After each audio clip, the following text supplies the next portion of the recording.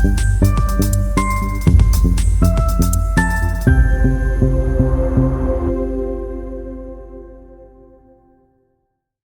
Students, welcome back to life hacks board booster channel. Again हम लोग किसकी बात करें? फिजिकल एंड केमिकल प्रॉपर्टीज की। तो आप देखिए कि कैसे से फिजिकल प्रॉपर्टीज के भी सवाल यहाँ पे आपके आए हुए हैं। आप देख सकते हैं यहाँ पर क्या लिखा हुआ है, which of the following isomer has highest melting point. अब मेल्टिंग पॉइंट बोला है, मेल्टिंग पॉइंट से क्या कनेक्ट होता है? जो क्रिस्टल लैटिस में टाइटली या फिट, मतलब बहुत क्रिस्टलाइन तरीके से या बहुत अच्छे से फिट होगा, स्टैकिंग उसकी अच्छी होगी, उसी पर्टिकुलर टाइप के सॉलिड के फॉर्म को जब अगर आप ब्रेक करोगे तो आपको हीट कम देना होगा या ज्यादा। और आपने अपने एनसीईआरटी के अंदर में इतना जरूर देखा होगा, हर बारी एक तो ऑर्थो प्रोडक्ट बना रहा है और एक बारी पैरा प्रोडक्ट बना रहा है। बेहतर कौन सा प्रोडक्ट होता है बताए? बेहतर मींस मेजर कौन सा प्रोडक्ट होता है? पैरा वाला। क्यों? क्योंकि पैरा वाला थोड़ा क्रिस्टलाइन फॉर्म लाता है और सिमेट्रिकल रहता है, स्टैकिंग उसकी काफी टाइट होती है, पैकिंग उसका काफी क्लोज होता है, तो हमें ज्यादा हीट देना पड़ेगा उसको क्या करने के लिए? उसको मेल्ट आउट करने के लिए।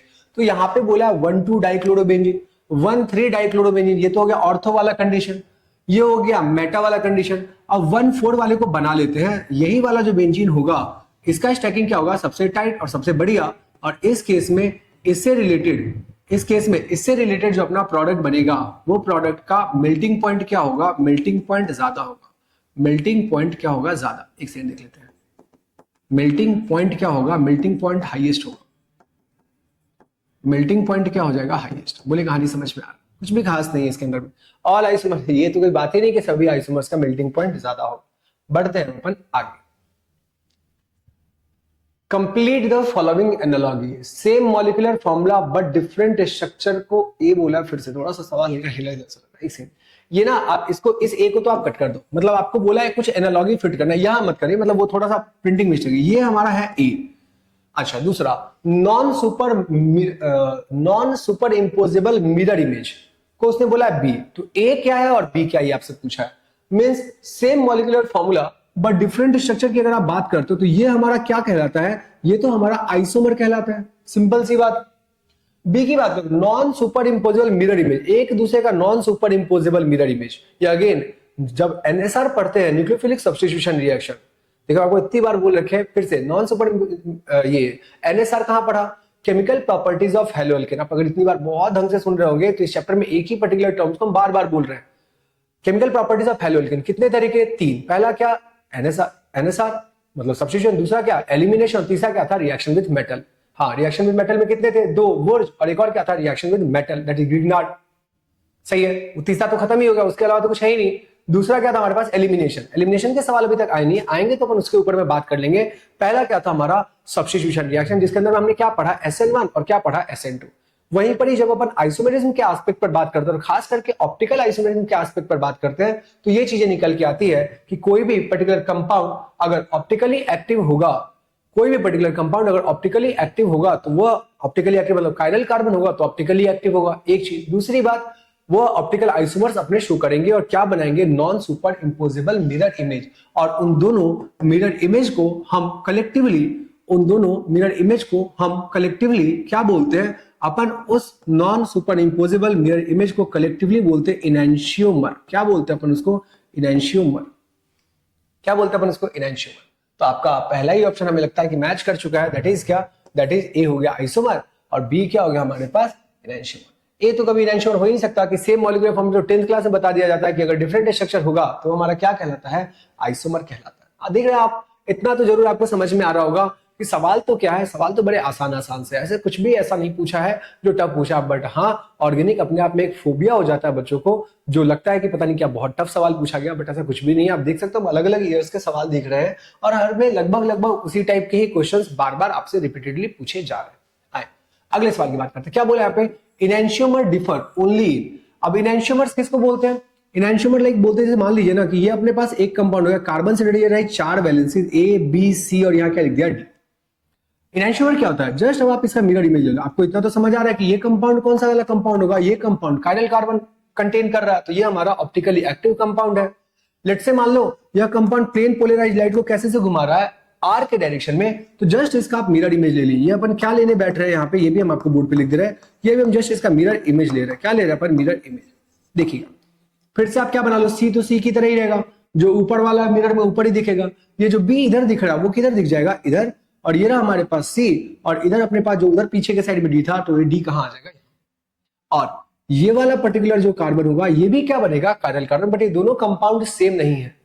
क्या फर्क है, ये प्लेन पोलराइज लाइट को कैसे घुमाता है आर, तो अगला वाला आपको प्लेन पोलराइज लाइट को कैसे से घुमा देगा, प्लेन पोलराइज लाइट को एस में घुमाएगा। तो आप बताओ इनैंशियोमर, इन्हीं दोनों पेयर को अपन क्या बोलते हैं, इन्हीं दोनों पेयर को अपन बोलते हैं इनैंशियोमर, जो कि दिखने में जस्ट लाइक आप ऐसे देखो ना, जैसे आप दोनों हाथ को रखो, ये दोनों एक दूसरे के मिरर इमेज है, बट क्या दोनों एक दूसरे पर सुपर इंपोजेबल है क्या, नहीं, इसको बोलते हैं सुपर इंपोज, कि बिल्कुल सुपर इंपोज कर जाए। तो आपको क्या दिख रहा है, पहला उंगली और लास्ट वाला उंगली सुपर इंपोज नहीं कर रहा, ये मिरर इमेज है, सही है। इन दोनों पेयर को अपन क्या बोलते हैं, इनैंशियोमर बोलते हैं। और इनैंशियोमर केवल और केवल डिफरेंस किसमें है, और भी कुछ लिखा है, melting point, boiling point, solubility. यार melting point, boiling point, solubility जो होता है वह फिजिकल प्रॉपर्टीज में आता है।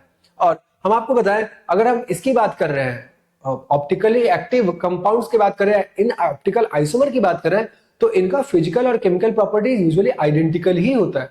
आप बोल सकते हो इनका फिजिकल प्रॉपर्टीज आइडेंटिकल होगा, केमिकल प्रॉपर्टीज आइडेंटिकल होगा। डिफरेंस कहां पर होता है, difference plane polarised light source पर होता है कि एक पर्टिकुलर ऐसे जब भी कंपाउंड, लाइक मान लीजिए कि ये कंपाउंड आपका कहां रखा हुआ है, लाइक मान लीजिए आपके बीकर में, अगर मान लीजिए ये वाला कंपाउंड आपका रखा है, तो जब भी आप प्लेन पोलराइज्ड लाइट को पास करते हो, कैसे बना देते हैं अपन प्लेन पोलराइज्ड लाइट, हाँ आपने फिजिक्स में ही पढ़ा होगा, पोलराइजेशन और डिफ्रैक्शन नाम के टॉपिक के अंदर में, वेव ऑप्टिक्स में सेकेंड वॉल्यूम।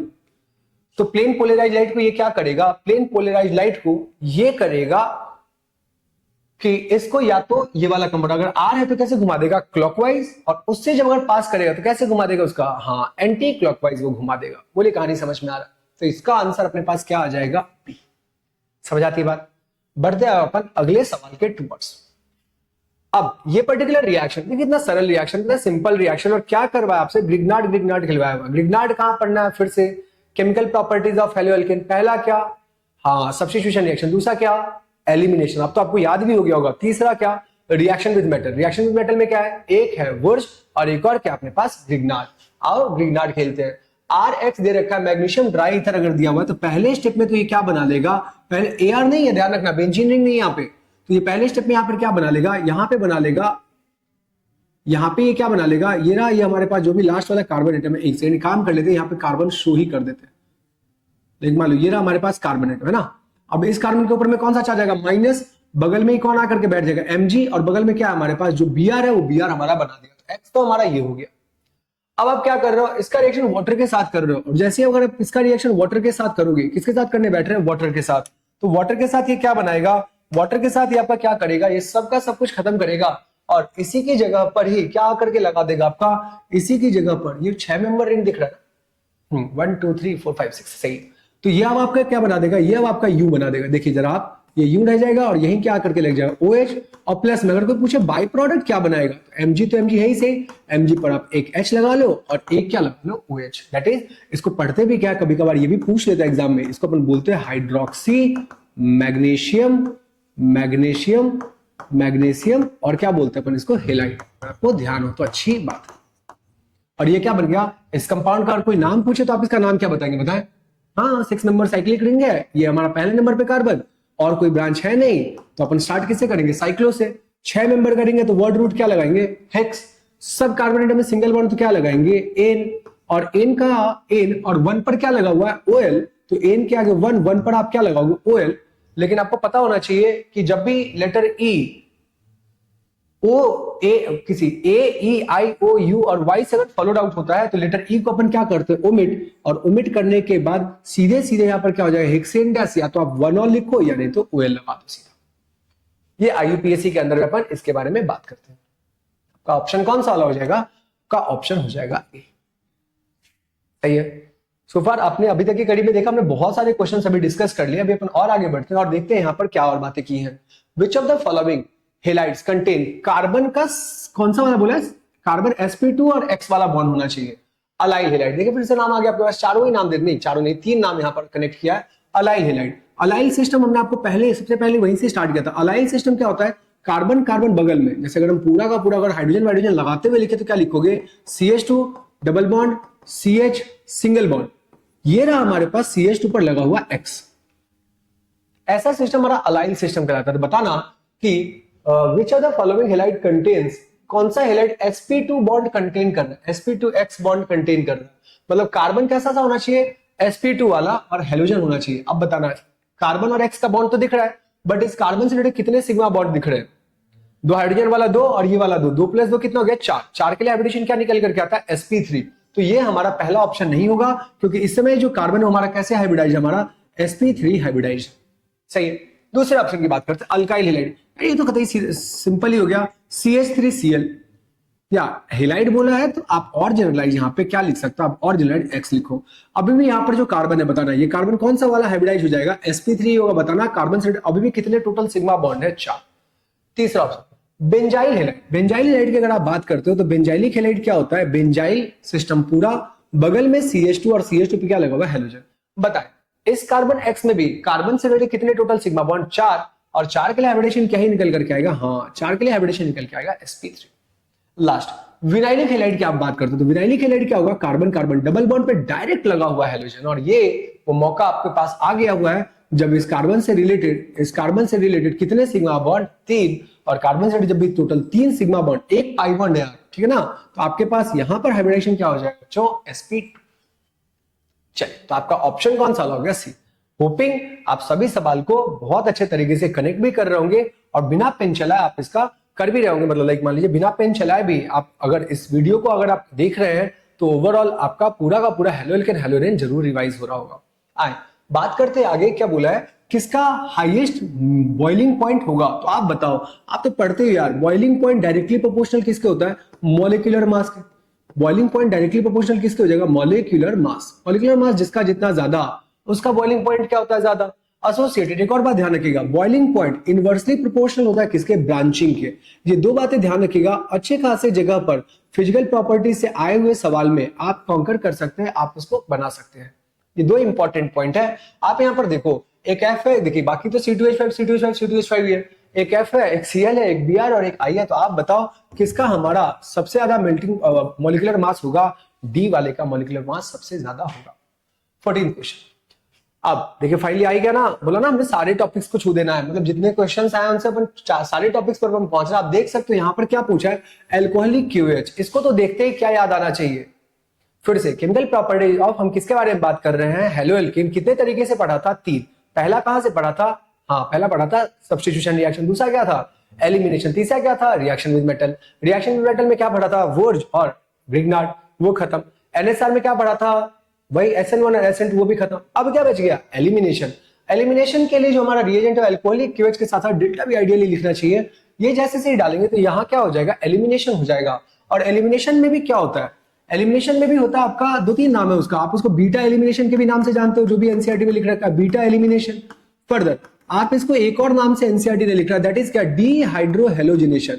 एक ये भी नाम वहां पे बहुत अच्छे से मेंशन है, डीहाइड्रो, और बगल में हमने यहाँ पे क्या लिखा है, हेलो, और बगल में यहाँ पे क्या लिखा है, नेशन, हेलोजिनेशन। और नॉर्मली एलिमिनेशन तो आपके पास है ही सही, एक हाइड्रोजन हटा लो और एक क्लोरीन, यहां से क्लोरीन हटेगा, यहां से हाइड्रोजन हटेगा, तो सबसे पहले तो हम आपको बी बना के दिखा दे रहे हैं। बी क्या बनेगा, CH3, यहां हो जाएगा CH, और डबल बॉन्ड यहां क्या लग जाएगा, CH2। बस ये वाला तो हो गया। अब आपसे क्या बोला है, तो अच्छा इसके जस्ट बाद आप HBr के साथ रिएक्शन करवा, ध्यान से देखिएगा, HBr ही नहीं है, HBr के साथ पेरोक्साइड अगर होता तो एंटी मार्कोनी होता, बट यहां क्या है, यहां सिंपली आपको किसके साथ रिएक्शन करवाना है, HBr के साथ। दैट मींस कैसा सा जाएगा, हाँ मार्कोनी जाएगा। मार्कोनी जाएगा तो Br कहां आके लगेगा, बिल्कुल बीच में, क्योंकि 2 डिग्री कार्बोकेटायन बनेगा तो CH3 CH, यहां क्या लग गया Br, और यहां पर क्या हो जाएगा हमारे पास CH2 या CH3, हाँ यहां हो जाएगा CH3। अब देखना ये बन गया हमारा C, ये तो हमारा क्या था, ये था हमारे पास B, ये तो था हमारे पास B, और ये वाला हमारे पास क्या हो गया C। अब बात करते हैं इसका रिएक्शन आपको क्या करवाना है, इसका रिएक्शन आपको करवाना है सोडियम ड्राई ईथर के साथ। हाँ सोडियम ड्राई ईथर तो बोलते ही आपको देख रहे हैं ये मिक्स मतलब सीरीज ऑफ रिएक्शन वाला पर्टिकुलर टॉपिक्स है, मतलब इसमें बहुत सारे कॉन्सेप्ट्स को एक साथ यूज किया हुआ है। अभी HBr कहां हो गया, देखिए पहले तो आपसे अल्कीन बनवा लिया, फिर अल्कीन बन के हेलो अल्कीन बनवाया, टर्मिनल से हटा के बीच में, सब कन्वर्जन में काम में आते हैं।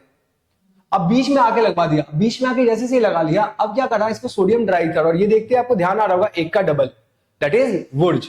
अब वुड्स क्या करता है, जहां पर RX होता है वही RR कर देता है। जैसे यही सेम चीज है, इसी में आप क्या करो, इसी में आप एक और फिट कर दो, मतलब सेम आप फिट करो। लेकिन आप कैसे से लिखो, CH3 जैसा बना पहले तो वैसा ही बना लो CH3, और इसको यही से ही आप क्या कनेक्ट कर दो CH, बगल में इधर भी क्या हो जाएगा CH3 और इधर भी क्या हो जाएगा CH3। यही होता है वुड्स, एक का डबल। अभी टर्मिनल पर Cl था, डायरेक्टली मारते तो यहीं पे मतलब प्रोपेन से आपको हेक्सेन मिल जाता, बट टर्मिनल से हटा के कैसे से तो हम हेलोजन को बीच में लेकर के आए, और ज्वाइनिंग देखिए एक का डबल किस तरीके से कराया, बीच से कराया। वो तो खैर अलग बात हो गई। अगर हम नाम की बात करें तो बताएं इसका नाम आप क्या लिखोगे, बताना। लॉन्गेस्ट कार्बन चेन आपको क्या दिख रहा है, लॉन्गेस्ट कार्बन चेन बिना हाथ उठाए आपको ये दिख रहा है। टोटल नंबर ऑफ कार्बन कितने हो गए, 4। नंबरिंग किधर से भी करो, क्यों, क्योंकि दोनों के दोनों ब्रांचेस अलग अलग है या सेम सेम है, सेम है। तो क्या नाम आ जाएगा बताएं, 2,3 डैश, क्या लगेगा आगे, डाई, डाई पे क्या लग गया आपके पास, मिथाइल, डाई मिथाइल तो हो गया। और टोटल चूंकि 4 कार्बन है तो 4 कार्बन के लिए आप क्या लिखोगे, ब्यूटेन, क्या लिखोगे आप, ब्यूटेन। बोले कहानी क्लियर। आप बताओ ये हमारा कौन सा वाला ऑप्शन हो गया, हमारा सी ऑप्शन हो गया। तो आप देख रहे हैं ना कैसे से उन दोनों तीनों को यूज करते हो अपने पास। क्या बस आपको क्या पहचानना आना चाहिए, रिएजेंट्स पहचानना आना चाहिए। ये एलिमिनेशन है, ये वुड्स है, और ये आपका अल्कीन से हेलो अल्केन बनाने का तरीका। आए बढ़ते हैं अपन आगे। Which of the following is a correct statement for C2H5Br? Check कर ले जरा, C2H5Br के लिए क्या करेक्ट स्टेटमेंट है। बोला कि सोडियम मेटल के साथ जब भी, वही सोडियम ट्राइथर जब भी अगर आप रिएक्ट करोगे तो इथेन से तो उसमें क्या मिल जाएगा। इस केस में तो सर ये तो वुड्स दिख रहा है, तो इथेन से अपने पास क्या मिल जाएगा, इथेन से अपने पास मिलेगा ब्यूटेन। फर्दर आप और ऑप्शंस देखें, लाइक मान लीजिए सेकंड वाला option, it gives nitro ethane, मतलब NO2 ग्रुप लगाना है। जब आप एक्वस AgNO2 के साथ जब भी आप रिएक्ट करवाओगे तो नाइट्रो लग जाएगा। लग सकता है क्या दिक्कत आ रही है, लेकिन मान लीजिए कि C2H5OH है, C2, ये वाला पेन शायद बोर्ड पे आपको अच्छे से दिख नहीं रहा होगा। हाँ आपके पास क्या है, C2H5 और क्या हमारे पास Br। अब जैसे इसका रिएक्शन किसके साथ करवा दो, आपको इसको किसके साथ करवाना है, आपको इसको करवाना है solution of aqueous solution of AgBr, AgNO2। तो आपको क्या दे देगा, तो ये आपको दे देगा, मतलब आपको इसका रिएक्शन AgNO2 के साथ करवाना है। तो आप जैसे AgNO2 के साथ आप रिएक्ट करवाओ तो क्या बन जाएगा, C2H5 और बगल में क्या आकर के लग जाएगा आपका NO2 ग्रुप आकर के लग जाएगा। सही बात है, नाइट्रो आपका बन सकता है। तीसरा भी ऑप्शन, अब बाकी और भी ऑप्शन देख लेते हैं कि और मूड करेक्ट हो जाए अपन। It forms C2H5 on boiling with, मतलब हीट करे अल्कोहलिक QH, अरे अल्कोहलिक QH, C2H5Br दे रखा है, C2H5Br दे रखा है, और इसका रिएक्शन आपको किसके साथ करवाने बोला, अल्कोहलिक QH। ध्यान दीजिए अल्कोहलिक QH के साथ आपको बॉयल करने बोला, मतलब डेल्टा भी मेंशन है, तो ये तो डिहाइड्रो हैलोजिनेशन होगा जो कि अभी हमने पढ़ा था, दैट इज क्या, अल्कीन।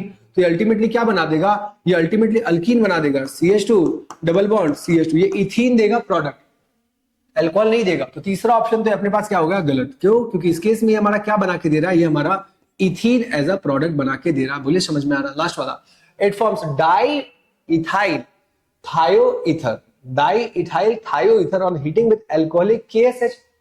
नहीं, अल्कोहलिक KSH के साथ में तो ये नहीं बना करके देगा, ये तो हमारा SH ग्रुप जाके लगा, तुम SH ग्रुप लग गया। नहीं, अपना फोर्थ वाला भी K प्लस SH माइनस, तो SH ग्रुप लगा तो मर्सेप्टेन कहते हैं इसको, है ना। तो ये हमारा नहीं बनेगा। ऑप्शन हमारा क्या लग रहा है इन चारों के अंदर में, बी वाला ऑप्शन आपका सही हो जाएगा।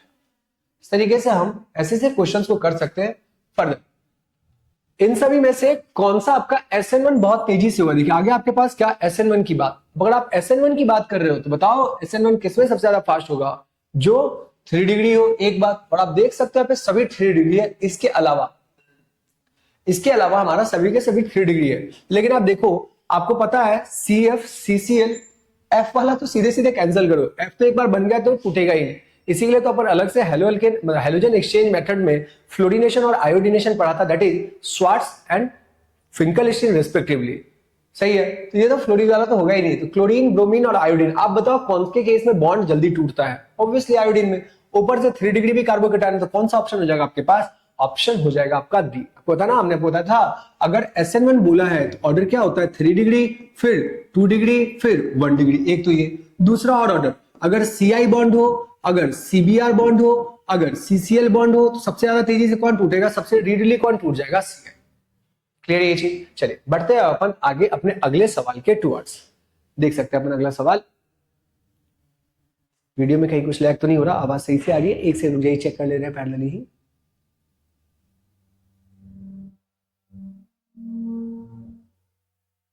हाँ सही चल रहा है वीडियो में, सच कहीं कोई दिक्कत नहीं है। चलिए बढ़ते हैं अपन आगे की तरफ। पता ही नहीं चल रहा कैसे से हो रहा है। हाँ ठीक है, हाँ ठीक है, कोई दिक्कत नहीं। आओ बात करते हैं। Which of the following isomer है हाईएस्ट मेल्टिंग पॉइंट, किसके पास सबसे ज्यादा मेल्टिंग पॉइंट होगा। ये तो सवाल शायद लगता है रिपीट कर रहा है। 1,2 डाइक्लोरो, ऑब्वियसली सर कौन सा वाला हो जाएगा, 1,4 डाइक्लोरोबेंजीन। बताया था हमने आपको, दैट इज क्या, दैट इज अवर जब पहला और चौथे वाले पोजीशन पर होगा तो वो क्रिस्टल लैटिस में क्या बैठेगा, फिट। मतलब इसके अलावा जैसे आप देखिए ना, आपका अगर 1,2 वाला देखिए 2 बार आ रखा, आप समझ ही रहे ना, तो ये तो और भी ज्यादा इंपॉर्टेंट हो गया। ये वाला क्रिस्टल लैटिस फिट नहीं बैठेगा, जैसे एक मॉलिक्यूल यहाँ पे तो दूसरा मॉलिक्यूल यहाँ बैठेगा, तीसरा मॉलिक्यूल यहाँ बैठेगा, इसके बीच में क्या है, गैप्स ज्यादा है। गैप अगर ज्यादा होगा, जैसे आप हीट करो तो सारे मॉलिक्यूल्स क्या हो जाएंगे, बिखर जाएंगे, और इसका मेल्टिंग पॉइंट कंपैरेटिवली क्या हो जाएगा, कम। चाहे वो आपका ऑर्थो वाला हो, चाहे वो आपका मेटा वाला, उससे कहीं कोई फर्क नहीं पड़ता। ये रहा आपका सीएल, और अगर मान लो यहाँ पर अगर अपने पास सीएल आ गया, अगर आपका यहाँ पर आपका सीएल आ गया, ये भी बताओ क्या हो जाएगा। इस केस में भी आप बताओ, दूसरा मॉलिक्यूल जस्ट आप बगल बनाइए ना, आप दूसरा मॉलिक्यूल बनाइए। जैसे आप दूसरा मॉलिक्यूल बनाओगे तो आप बताओ क्या क्रिस्टलाइन स्ट्रक्चर दे रहा है, क्या इतना जगह बीच में खाली पड़ा नहीं पड़ा। लेकिन जैसे आप पैरा वाले की बात करो तो देखो इसके बगल में दूसरा मॉलिक्यूल क्या ही हो जाएगा, दूसरा मॉलिक्यूल जस्ट इसके इतने पास में आकर के बैठ जाएगा। आपको दिख भी रहा होगा ये वाला आपका क्या जनरेट कर रहा, मोर क्रिस्टलाइन स्ट्रक्चर जनरेट कर रहा है। इस दो के लिए देखिए कितना जगह लग गया, उतनी वॉल्यूम में इसके 10-15 मॉलिक्यूल हो जाएंगे। सही है, चलिए तो इसके लिए कौन सा ऑप्शन हो जाएगा, फोर्थ ऑप्शन आपका हो जाएगा। बढ़ते हैं अपन आगे। आगे क्या है, रेसिमाइजेशन। बताएं रेसिमाइजेशन कहां होता है। हाँ भाई रेसिमाइजेशन था क्या, कहां पढ़ा था, केमिकल प्रॉपर्टीज ऑफ हेलोएल्केन। कितने तरीके, 3। देखना इस चैप्टर का कोड ही कितना है, 3। 3 तरीके से हेलोएल्केन बनाओ, 3 तरीके से हेलोएरिन बनाओ, 3 तरीके से हेलोएल्केन को तोड़ो, और 3 तरीके से हेलोएरिन को भी तोड़ो। तो ये जो 3 तरीका से जो हेलोएल्केन जो हमने तोड़ा था उसमें क्या क्या था, एक था हमारा न्यूक्लियोफिलिक सब्स्टिट्यूशन रिएक्शन, दूसरा था बताया दूसरा क्या था, एलिमिनेशन, वही अल्कोहलिक KOH, एक ही तो रिएक्शन है, डिहाइड्रोहेलोजिनेशन। तीसरा क्या था, रिएक्शन विद मेटल, जिसमें था वुर्ज और ग्रिग्नार्ड। तो मेजॉरिटी कहां पड़ जाता है, जिसके अंदर बहुत सारे कॉन्सेप्ट्स घुस जाते हैं 11th क्लास में, that is nucleophilic substitution reaction, that is SN1, और क्या था हमारे पास SN2। और SN1 के केस में 50% इन्वर्जन और 50% रिटेंशन वाला प्रोडक्ट बनता था। 50% इन्वर्जन एंड 50% रिटेंशन लीड्स कौन सा वाला पर्टिकुलर रिएक्शन, SN1 रिएक्शन। सही है, और दोनों के दोनों रहेंगे, मतलब रेसिपी के मिक्सचर किसको बोलते हैं वो भी हम आपको बता दें कि इंडिविजुअली कंपाउंड्स आपका क्या होगा, ऑप्टिकली एक्टिव। बट ऐसा मिक्सचर जिस मिक्सचर में आप अगर प्लेन पोलराइज्ड लाइट को पास करो तो नेट रोटेशन कितना हो जाए, 0। नेट रोटेशन कितना हो जाए, 0। इवन बीइंग दोनों के दोनों हमारे पास क्या है, दोनों दो हमारे पास यहाँ पर ऑप्टिकली एक्टिव कंपाउंड है, बट दोनों का दोनों एक दूसरे का क्या है, मिरर इमेज है। तो एक जितना क्लॉकवाइज घुमाएगा दूसरा उतने कोई क्या घुमा देगा, एंटी क्लॉकवाइज घुमा देगा। तो अल्टीमेटली एक दूसरे को न्यूट्रलाइज करेगा, एक दूसरे के रोटेशन को न्यूट्रलाइज करेगा, और नेट रोटेशन कितना हो जाएगा, 0। प्रोसेस को हम लोग रेसिमाइजेशन कहते हैं, मिक्सचर को हम लोग रेसिमिक मिक्सचर कहते हैं। तो हमारा कौन सा ऑप्शन हो जाएगा, SN1 वाला। फर्क ये बोला है कि कोई अल्काइल हेलाइड है, अल्काइल हेलाइड मींस क्या है, RX, और आप इस पर क्या पटक रहे हो, आप इस पर डाल रहे हो एक्वस KOH या एक्वस क्या डाल रहे हो आप, NaOH, और ये अल्टीमेटली किस में कन्वर्ट कर देगा, इसको कन्वर्ट कर देगा ROH में। बस सिंपल है। और ये चीज हमने कहां देखा था, हाँ हमने इसको देखा था सब्स्टिट्यूशन रिएक्शन में, यही तो हमने पढ़ा था। डिहाइड्रोहेलोजिनेशन को एलिमिनेशन बोल रहे हैं, और तीसरा क्या ही नाम था हमारे पास, यही तो 3 तरीके से बनाया था, तीसरा था रिएक्शन विद मेटल। चलिए ये वाला भी क्वेश्चन अपना कंप्लीट होता है। फर्दर आगे अगला सवाल देखते हैं। हाँ अगला सवाल जो आपका वो एक्चुअली में असर्शन रीजन वाले भी क्वेश्चन, अभी आप तो देख भी रहे होंगे, असर्शन रीजन के 4 सवाल 3 सवाल तो आपके प्रीवियस ईयर में आते ही आते हैं। देखते हैं अपन क्या क्या असर्शन रीजन आया, बट एक बार आप देख ले कि पहला ऑप्शन क्या है कि करेक्ट एक्सप्लेनेशन वाला, यूजुअली ये रहता है। दूसरा ऑप्शन में मतलब दोनों स्टेटमेंट सही है, बट करेक्ट एक्सप्लेनेशन क्या है, नहीं है। तीसरा में असर्शन सही है, चौथा में रीजन सही है, मतलब तीसरा में रीजन फॉल्स है, चौथा में असर्शन फॉल्स। चेक कर लेते हैं कि करते हैं सारे सवाल को। आए देखिए जरा, सबसे पहले पहला सवाल, chlorobenzene is resistant to electrophilic substitution reaction. Chlorobenzene is resistant to electrophilic substitution reaction. बताइए स्टेटमेंट सही है या गलत। हाँ यार ये स्टेटमेंट इलेक्ट्रोफिलिक सब्स्टिट्यूशन, न्यूक्लियोफिलिक नहीं बोला है, इलेक्ट्रोफिलिक सब्स्टिट्यूशन रिएक्शन बोला है। आप बताओ, ये बनाया हमने यहाँ पे क्लोरोबेंजीन, आपने अब बात करें हेलोएरिन्स के तोड़ने की, उतनी देर से तो हेलोएल्केन को तोड़ रहे थे। हेलोएरिन को तोड़ने के कितने रिएक्शन थे, 3। पहला NSR, NSR नहीं होता लेकिन ESR तो होता है, ये पढ़ाई है हमने इसके अंदर में, हेलोजिनेशन, नाइट्रेशन, सल्फोनेशन, फ्रीडिल क्राफ्ट। और तीसरा क्या था, रिएक्शन विद मेटल। इसमें क्या दिख रहा है आपको, आपका असर्शन तो हमारा क्या आ रहा है, असर्शन हमारा आ रहा है फॉल्स, असर्शन क्या आ रहा है हमारा फॉल्स। लेकिन रीजन की बात करें, CCl bond in chlorobenzene acquires partial double bond character due to resonance. ये बिल्कुल सही स्टेटमेंट है, आप यहां पर देख भी सकते हो कि रेजोनेंस यहां पर होगा सेकेंड गलत यूज हो गया। अगर हम बात करें यहाँ पे, ये रहा हमारे पास क्लोरीन। क्लोरीन का जो हमारा लोन पेयर है वो अनडाउटली किसमें पार्टिसिपेट कर रहा है, आपका रेजोनेंस में पार्टिसिपेट कर रहा है। तो रीजन क्या हो जाएगा हमारा, ट्रू। रीजन हमारा हो जाएगा ट्रू। ये रीजन ट्रू हो जाएगा तो बताना, अब बता रहा हूं इसमें कौन सा वाला ऑप्शन हो जाएगा, बताएं इन चारों ऑप्शन में से कौन सा वाला हो जाएगा। रीजन सही है, असर्शन फॉल्स है, दैट इज ऑप्शन कौन सा आएगा, डी। ऑप्शन कौन सा आ जाएगा, डी। सही है, बस इतना ही जानना था इसके अंदर, अपने पास कल डिस्कस करना basically. Chlorobenzene is less reactive towards क्या बोला है, एनएसआर। हाँ अब सही पकड़ा कि क्लोरोबेंजीन लेस रिएक्टिव होता है। क्यों होता है वो देखें, क्यों होता है जैसा सा तो कुछ नहीं लिखा। और क्या बोला यहाँ पर ये बोला nitro group in chlorobenzene increases reactivity towards nucleophilic substitution reaction. यार याद कीजिए, एनसीईआरटी को खोले और आप देख सकते हैं कि वहां पर जो एनएसआर पढ़ा था, एनएसआर के अंदर में हम आपको यहाँ पे बना के दिखा दे रहे हैं आपके पास क्या क्या एनएसआर था, हम इन डिटेल ही बात कर ले रहे हैं। हम पहले तो बोलते कि एनएसआर नहीं होता है, लेकिन इसके बावजूद भी हम कुछ रिएक्शंस यहां पर एनएसआर के अंदर में देखते हैं। लाइक मान लीजिए हम पहले स्टेप में क्या डाला करते थे, NaOH, और उस समय टेम्परेचर कितना रखते थे 623 केल्विन, और प्रेशर कितना होता था 200 या 300 एटीएम। 623 और 300 एटीएम प्रेशर, 200 से 300 था, बिल्कुल हाई प्रेशर पे। ये हमारा पहला स्टेप पर था। दूसरे स्टेप पर क्या लिखा हुआ था, H+ और हमारे पास क्या है बताया, H2। जैसे आप हेलोएरिन को इस टेम्परेचर, प्रेशर और इस हिसाब से डालोगे तो अब इसमें मजबूर हो जाएगा और ये न्यूक्लियोफिलिक सब्स्टिट्यूशन रिएक्शन शो करेगा और अल्टीमेटली Cl की जगह पर आपको यहाँ पे क्या लाके लगा देगा, OH। ये था हमारा पहला। ना होने के बाद के होने वाले कुछ रिएक्शंस ये है हमारे पास। बट आपने एक और देखा होगा, क्या आपने एक और ये देखा होगा कि मान लीजिए कि हमारे पास ये पूरा हिल जाएगा, नहीं आपके पास मान लो यही हमारे पास क्या है, क्लोरोबेंजीन। खत्म करते हैं इसको। हमारे पास यहाँ क्या है, क्लोरीन। क्लोरीन के बाद आप एक काम करो, आप यहां पर एक NO2 ग्रुप लगा लो। एक NO2 ग्रुप जैसे से ही लगाओगे आप, अब आपके पास ये जो भी चीजें आप देख रहे हो आप बिल्कुल सेम रखो। NaOH आप डाल अगेन वही रहे हो, NaOH, और सेकेंड स्टेप में आप क्या डाल रहे हो, H+ और क्या हमारे पास H2। अब टेम्परेचर ये घट करके कितना होगा, 450 केल्विन। अब आप बताओ, मतलब एग्जैक्टली 468 के आसपास में, बट अब 450 भी बोल सकते हैं, ऐसा कोई दिक्कत नहीं है इतना। अब आप एक बात बताओ, एक नाइट्रो ग्रुप आने से क्या हो गया, प्रेशर का तो पूरा ही रिलीफ हो गया। 623 की जगह पर आप टेम्परेचर कितना लगा रहे हो, 450 के आसपास। अगर आप 2 NO2 ग्रुप लोगे ना तो आपका टेम्परेचर और घट जाएगा 350। पर अगर आप 3-3 NO2 ग्रुप लगा लो, ध्यान से देखना, अगर आप 3-3 NO2 का ग्रुप लगा ले रहे हैं, 3-3 NO2 का ग्रुप लगा ले रहे हैं, लाइक मान लीजिए यहां पर भी आपने NO2 लगा लिया, यहां पर भी आपने क्या लगा लिया, NO2, और आप यहां पर भी क्या लगा रहे हो, NO2। आप जैसे ही लगाओगे और आप इसमें क्या डालो, आप इसमें बस सिर्फ गर्म वाटर, वार्म वाटर डाल दो। वार्म वाटर भी डालोगे तो Cl हट करके यहाँ पर क्या लगा देगा, Cl हट करके यहाँ पे OH आके लगा देगा। हाँ बाकी सारे ग्रुप्स रहेंगे यहाँ पे, उनका कहीं कोई वो नहीं है, बाकी सारे ग्रुप्स रहेंगे आपके यहाँ ना NSR होते हुए भी हम कुछ NSR पढ़ते हुए यही पढ़ते हैं। तो इस केस में क्या होगा, इस केस में आपका प्रोडक्ट बनेगा, इस केस में भी आपका प्रोडक्ट बनेगा। यहां लग गया हमारे पास क्या बताओ, NO2, और यहाँ Cl की जगह पे यहाँ पे क्या आ जाएगा, OH। अब एक और बच गया, एक और क्या ही बच गया जब दो NO2 लगाते हैं, बस एक लास्ट तो वही अपने पास बनता है। तो यहाँ क्या बोल रहा है, नाइट्रो ग्रुप जो क्लोरोबेंजीन है वो बढ़ा देता है NSR करवाने के लिए। क्यों, क्योंकि ये जो नाइट्रो ग्रुप है वो क्या करता है, ये नाइट्रो ग्रुप बेंजीन रिंग से इलेक्ट्रॉन डेंसिटी को खींचने का काम करता है।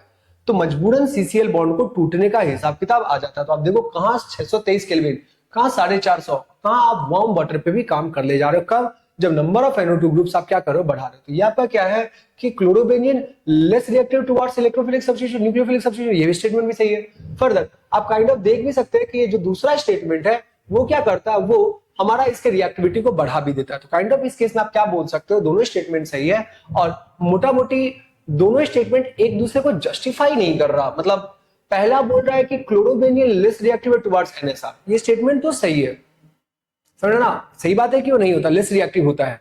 दूसरा, NO2 ग्रुप क्लोरोबेंजीन को के रिएक्टिविटी को टुवर्ड्स NSR क्या करेगा, बढ़ा देगा, ये स्टेटमेंट भी सही है। लेकिन ये चूंकि ये लेस रिएक्टिव है वो तो ये सेटिस्फाई नहीं कर रहा ना।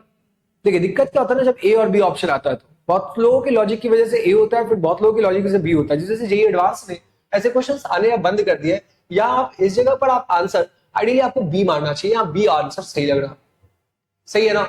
मतलब आपका बेसिकली ये वाला जो पोर्शन है वो ऊपर वाले स्टेटमेंट को करेक्टली नहीं समझा रहा कि क्लोरोबेंजीन क्यों लेस रिएक्टिव है NSR के लिए।